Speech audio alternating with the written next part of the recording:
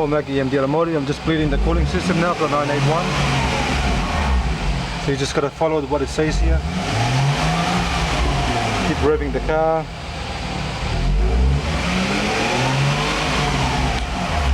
If you look closely, it tells you what to do.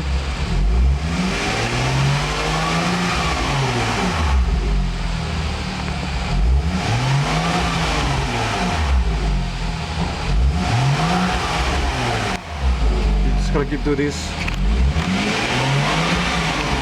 revving it, and it will tell you to do.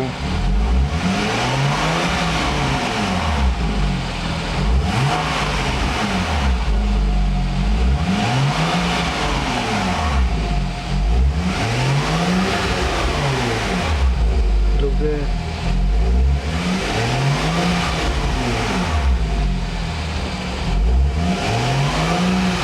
You gotta rev it to 3000 and we'll just keep telling you to rev it and idle.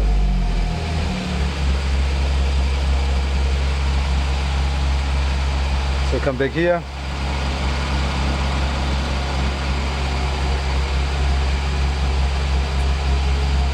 Continue the process until the following state is reached. Cooling system blade, yes.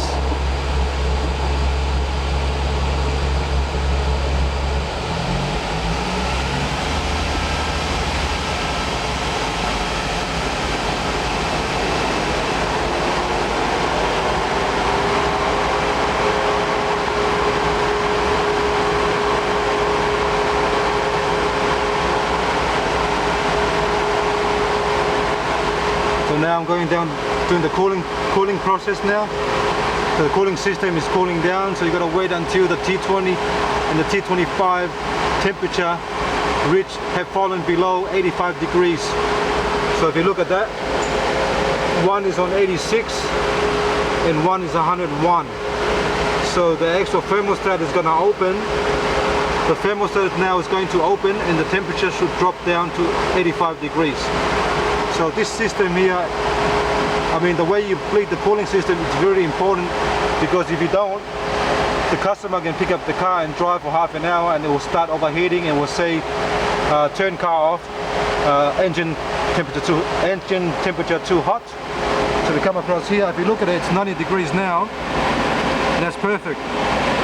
Yesterday when I was bleeding, not even 10 minutes, it was saying 110 degrees, 125, and it will start overheating and the car will shut down itself. So now the thermostat has opened, the fan has opened, come on at the front into high temperature mode, so it's kicking in the high speed. If you can come here.